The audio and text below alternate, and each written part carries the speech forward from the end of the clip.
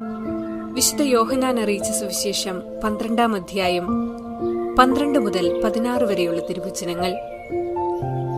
അടുത്ത ദിവസം തിരുനാളിന് വന്നുകൂടിയ ഒരു വലിയ ജനക്കൂട്ടം യേശു ജെറുസലേമിലേക്ക് വരുന്നെന്ന് കേട്ട് ഈന്തപ്പനയുടെ കൈകൾ എടുത്തുകൊണ്ട് അവനെ എതിരേൽക്കാൻ പുറപ്പെട്ടു.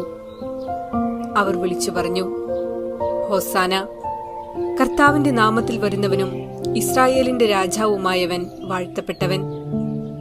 യേശു ഒരു കഴുതക്കുട്ടിയെ കണ്ട് അതിന്റെ പുറത്തു കയറിയിരുന്നു.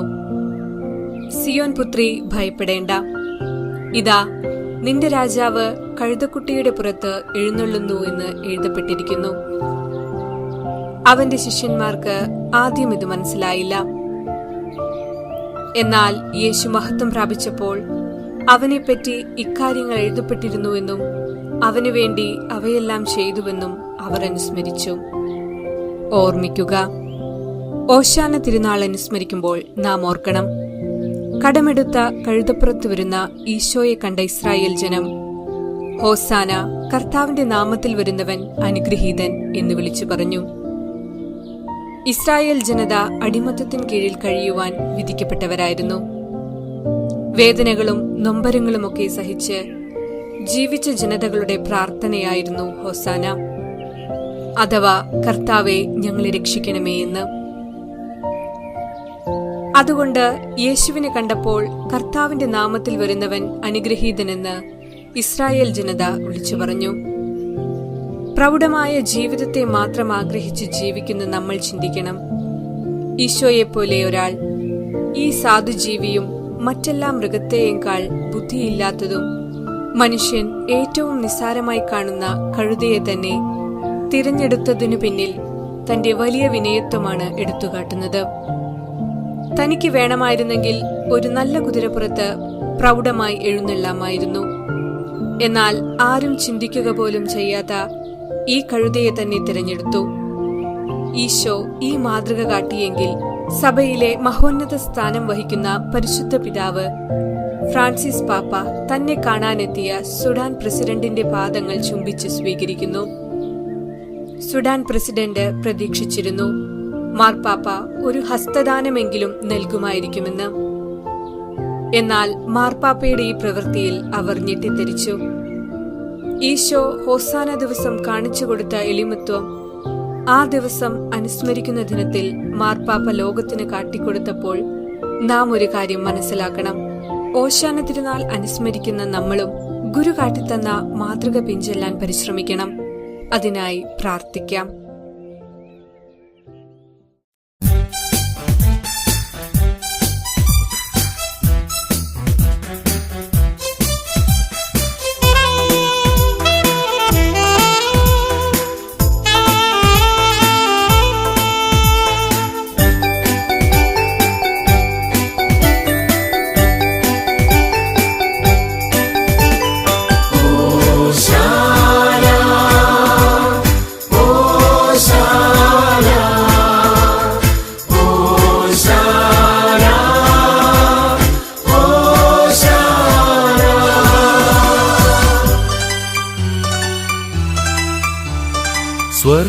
സ്വർഗനിവാസികളും മാലാഖവൃന്ദങ്ങളും ക്രോവേന്മാരും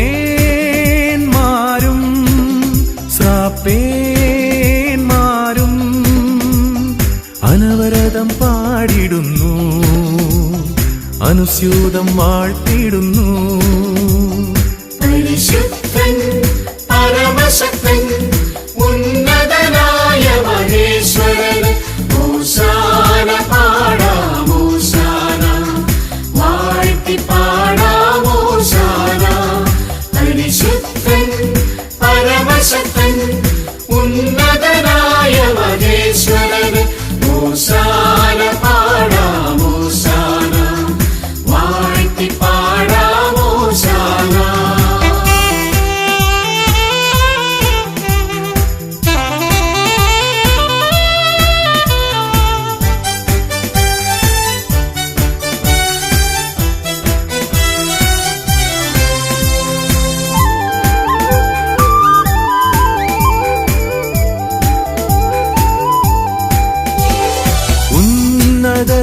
ഉന്നതത്തിൽ നിന്നു വന്ന ദൈവത്തെ ഇമ്പമോടെ വാഴ്ത്തിടുന്നു ഞങ്ങൾ. ഉന്നതത്തിൽ നിന്നു വന്ന ദൈവത്തെ ഇമ്പമോടെ വാഴ്ത്തിടുന്നു ഞങ്ങൾ.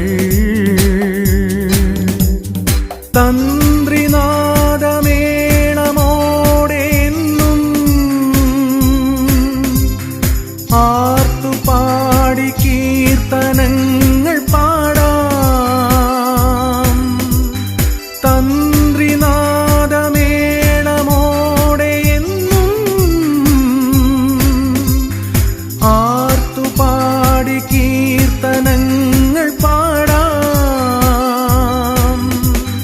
പരിശുദ്ധൻ പരമശക്തൻ ഉന്നതനായ മഹേശ്വരന് ഹോശാന പാടാം ഹോശാന. വാഴ്ത്തി പാടാം ഹോശാന. പരിശുദ്ധൻ പരമശക്തൻ